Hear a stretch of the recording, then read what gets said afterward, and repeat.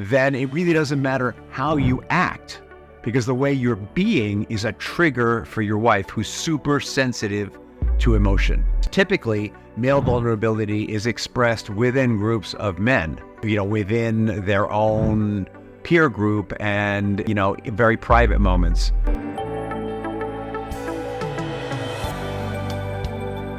Welcome to another episode of Rich in Relationship. And today we're going to tackle No More Mr. Nice Guy. And this is a topic I am particularly passionate about. As a guy who was born in 1959, I've got a real sharp and intense perspective on this. Last episode, we talked about why men can be good, bad, and ugly, all with the same qualities. And today we're going to talk about why we slip into these qualities. And it has to do with this thing that we're putting to an end, nice guy syndrome. So, brief introduction. 70 years ago, men were expected to be the primary breadwinners. Like, we're talking about the 1950s here. Like, my dad, he was expected to be the primary breadwinner, and he was supposed to be strong, a leader. He was supposed to be emotionally stoic, and he was all those things. My dad was also a very loving and caring guy, but he was supposed to get back on his horse when he fell off on it. There was not a lot of room for emotional availability. When he had problems, he kept them to himself for the most part. He did not talk to my mom about it. And that all had to do with being a man at that time. And then the 60s came around and everything started to change. And women's liberation kicked in, and the roles of men and women changed. And, turn it on its head, I was pretty much a stay-at-home dad at one point because my wife was not available to do that job. And so the whole game changed. And my dad had some of that experience through his divorce, where instead of the kids going to go live with mom, some of us went to go live with dad. And so he got to be a stay-at-home dad too while working full-time. It's more like a working stay-at-home dad. So the demands of being present as a parent, not just a father, but a loving and emotionally available father, were very different for him and for me and for men today than they were only 70 years ago. And that is kind of the point of this episode. The change that has been driven by the massive shift in society in the last 70 years, where women are now approaching pay parity, where women are CEOs, where it's okay and fine for men to be the caregivers. This massive shift over 70 years has driven a massive shift in what does it mean to be a man. And while women have been avidly redefining what it means to be a woman, an empowered, impactful woman, which women are and should be, men have had a sense that they've been disempowered in some way. And it's not really that they've been disempowered, it's that they've become confused about what it means to be a man. And one of the symptoms of that is being a nice guy in the face of not knowing what else to do. So basically, we went from father knows best mindset. If you never saw that show, look it up in the Museum of Television and Radio. Father Knows Best was an old black and white show all about a dad who had his pipe in his slippers, and the mom cooked and cleaned and he provided. And the roles of men and women were very, very clear. Men were distant figures of authority within the family structure. They were jovial and caring and strong, but the nurturing was left to women. And today we've got the rise of the involved father, where we change diapers, where we show up to school meetings, where men are in the PTA. And sometimes even though this is a desired outcome of equality, there's still almost a mockery of the hands-on dad. I have a client, for example, who's been divorced for quite some time, who really adores his child. He's really in his corner. He's emotionally involved and caring, puts him to bed in a loving way, stories, very nurturing guy, wants to have evidence of all of his child's accomplishments up on the wall. And in the attempt to go from shared custody to sole custody, the mother of this child has said that it's inappropriate the way this dad loves this child, right? That to be loving and nurturing is inappropriate. It's almost falling back to this 1950s image of what a man should be. But in fact, when a dad is a single parent, he needs to show up as the mom and the dad, just like when a mom is a single parent, she needs to show up as the mom and the dad, unless they get remarried. And in both these cases, they're not remarried. And that doesn't mean that the dad tries to replace the mom under his roof. It means that to some extent, he needs to fill in for the absence of a mom under his roof, just as the mom needs to fill in for the absence of a dad under her roof. It's not a replacement of the other person, but it's the necessity of being emotionally available in a way that was not normal or usual for men, even in the 1950s and for centuries before that. And when they do, they're kind of, in his case, mocked as being a kind of weak and unmasculine and maybe even predatorial. All right, that's beyond that term. It's interesting because there was no concept of paternity leave in the 1950s. In fact, there was no need for maternity leave in the 1950s because men worked and women stayed home. And now in 2023, everybody works and everyone stays home. And the concept of paternity leave is becoming as important as maternity leave. And the gradual acceptance and encouragement of this shows a willingness to embrace, at least intellectually, that men are equal caregivers, but in a qualitatively different way. Now, the challenges on a working dad are often that in the workplace, they are approaching life in that male, linear, disconnected from emotional way. And then when they come home, they need to put that on the shelf and be emotionally present, which is something that, men have less connection between the right and left lobes of their brain. And so switching gears is a little more of a challenge. Men, they can do it. We can do it. We can learn how to do it. But historically, it's not been something we had to do. And so there's a whole new role of men in these dual income households. And at the same time, men are at risk of appearing toxic, of appearing as if they are in some way thinking that they're superior to women or that they're trying to keep women in a role that they no longer wish to be in. And they find themselves in this tough space of, all right, so what does it mean to be a man? Being a man no longer means being John Wayne or, wow, I keep thinking about Keanu Reeves in, there's a whole series of Keanu Reeves movies where he plays an assassin who is retired and somehow gets sucked back into, the John Wick movies. Somehow gets sucked back into that role and how unemotional he appears in that role. And it's really interesting to me because Keanu Reeves in real life is presented as being very emotionally available and caring, and yet somehow he's playing these John Wick roles where the opportunities for being caring are fewer and far between. We're just going to leave it at that.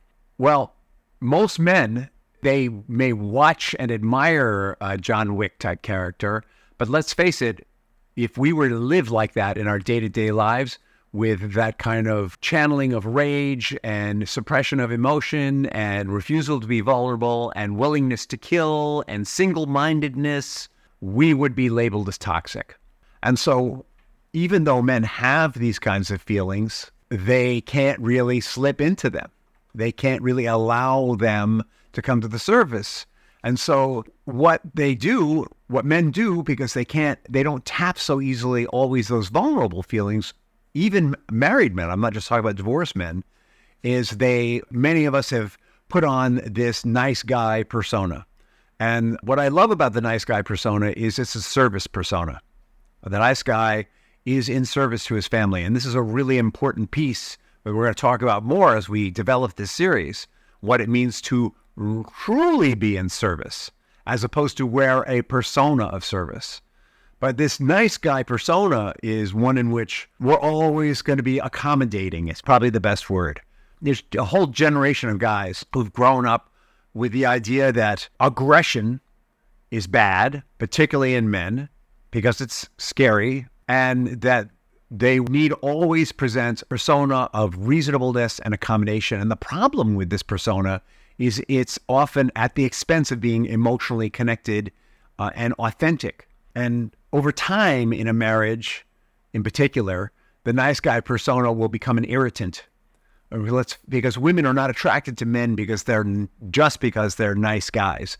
They're attracted to them because they like the strengths of a man, just as men like the strengths of a woman. You know, women's brains are wired one way, men's brains are wired another. We talked about in the last episode. And when those strengths are leaned into, there's synergy. But when men start wearing the nice guy persona, they discount or discard the innate strengths of their brain structure. They become less linear. They are bowing and accommodating, and they start showing up as needy, right? And nobody wants to be in a relationship with someone who's needy. No one. So the pitfall of this, the strength of the nice guy persona is that they're not toxic in that sense of being aggressive and overbearing and superior. The weakness of the nice guy affect syndrome behavior is that there's an overcompensation for feelings of aggression. There are suppressed emotions, and often they're being taken for granted and even discounted. And here's why the nice guy persona doesn't work, is because very often underneath the accommodation are emotions, broiling emotions, sometimes fear, sometimes there's hurt underneath it. And women are super sensitive to emotion.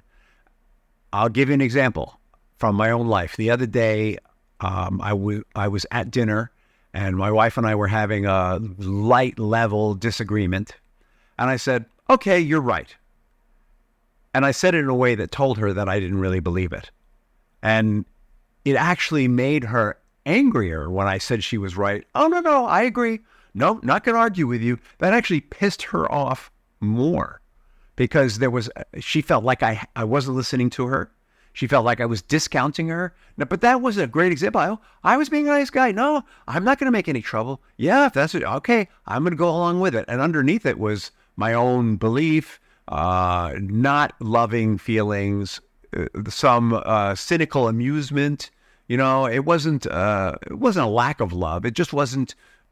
I was being playful in a kind of a cynical way, and she picked up on it right away, right? And this is kind of the problem with being a nice guy, being accommodating, is when the feeling under it is not loving, empathetic, caring, connected, then it really doesn't matter how you act, because the way you're being is a trigger for your wife, who's super sensitive to emotion, right? This is why nice guy doesn't work in the long run. It might work in the short run, but it doesn't work in the long run. And that's why this episode is called No More Mr. Nice Guy, because nice guy is actually, in my opinion, more toxic than what we now call toxic masculinity, at least with someone who is exercising toxic masculinity. Hey, I'm a man, and what I says goes, and and I'm going to do what I'm going to do. At least we know where that person stands, because it's honest. We may not agree with it. It may be that they are expressing themselves at the expense of someone else, which is toxic, but we know where they stand. But when someone is being a nice guy all the time, we don't know where they really stand. All we know is this facade that they're putting out, this facade of accommodation, right? It will not work in the long run. All right. So the dilemma that many men face when expressing emotions like fear, hurt, and anger is, even though we've moved from the stoicism of the 1950s, there is still on an unconscious level, socially, an expectation that men are going to be strong, or at the very least, not overly emotional. And so when we see men who are really fearful, there is a judgment that is made. Or when we see men who are crying all the time or sad all the time, and can't function, there's a judgment that's made. There's still out there in the culture expressions like, when the going gets tough, the tough get going. When you fall off a horse, you get back on it, et cetera, et cetera, et cetera. So even though we've moved into a society where that kind of man is no longer required, we haven't really given men permission to be vulnerable. And men need to be vulnerable just like anyone else. Typically, male vulnerability is expressed within groups of men, within their own peer group and, very private moments. But the movement, to complete the movement from men do this, women do that, to we all do the same things, we need to move to a place where there is permission for men to be vulnerable with women, and that it is understood that does not mean that they are weak. It does not mean that they are ineffectual. It means that they're having feelings. And there needs to be an understanding that the having a feeling is to learn a lesson, and when we learn the lesson, we grow. This expression of genuine emotion without being branded toxic is a challenge, particularly when men are experiencing anger. And so a lot of the men who I work with, what they are taught to do with their anger is to work it out physically, yell and scream privately, to talk to other people about it, to practice mindfulness, meditation, and prayer. Those are sort of three roots of expressing it. And then when the energy is taken out of that emotion, to go express it to their wives using I statements. Hey, honey, I stepped away because I was really frustrated, and I've handled that. And I need you to know, though, I feel frustrated when there's no room for me to express my feelings here because I'm having feelings and I'm not sure what to do with them, right? That would be a typical I statement. And by talking about the scarier feelings like frustration, anger, and blame in that way, with the emotional energy taken and expressed somewhere else, men can start to express these feelings without being scary. And we talked in the last episode how this challenge of being scary is that men are, regardless of the changes in society, men are still physically bigger and still, to some extent, carry the protector role, that this is the way to move forward with these emotions with our partners. And it's also the way to end being a nice guy, all right? There's another component to ending being a nice guy.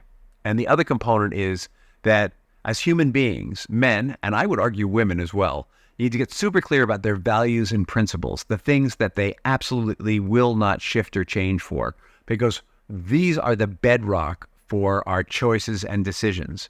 And so let's just talk about men, since we're talking about nice guy syndrome. When men understand what their principles are as a man in the world, as fathers of children, and as partners in a marriage, when they understand what the basic principles are that they stand for in those three areas of their lives, they are able to say no without being toxic, right? And this is kind of the solution to the nice guy problem. We don't have to be accommodating. We don't have to agree. The key is to disagree in a way that is respectful and honors the point of view of our partner, which is, let's face it, something men traditionally have not done very well. This is the way to put Mr. Nice Guy to death. And as we continue, this is only episode 2 in a 10-episode series, as we continue exploring the facets of what makes men the problem and the solution, that's what the series is about, we're going to learn more about how men can better move into a role of strength and authority that is still vulnerable and safe for everyone around them, right? This is the challenge of men today, is how to be leaders without being domineering, without making their partners feel less than or their kids feel less than, how to be leaders because they've earned it, right? That is the challenge of men is to earn the leadership role and to honor that their wives are leaders also in their own ways and in different areas of their lives. So next episode, we're going to talk about how men can move from stoicism and emotional silence to eloquence. We've touched on it a little bit here. Next episode, we're going to go deep with this. This is going to be juicy. So if you're a guy who is tired of being a nice guy, or if you're a woman who's got a nice guy in their lives, and wants them to move to really expressing their feelings, we're going to talk about how this can be done, how to break down those walls, how to really lean into a balance of power while leading into your individual strengths. As always, I'm going to encourage you to share this with people. Comment, or if you think this is whack, if you think this is not PC, in a lot of ways it isn't, I want to hear about it. And subscribe. Let me know what you think.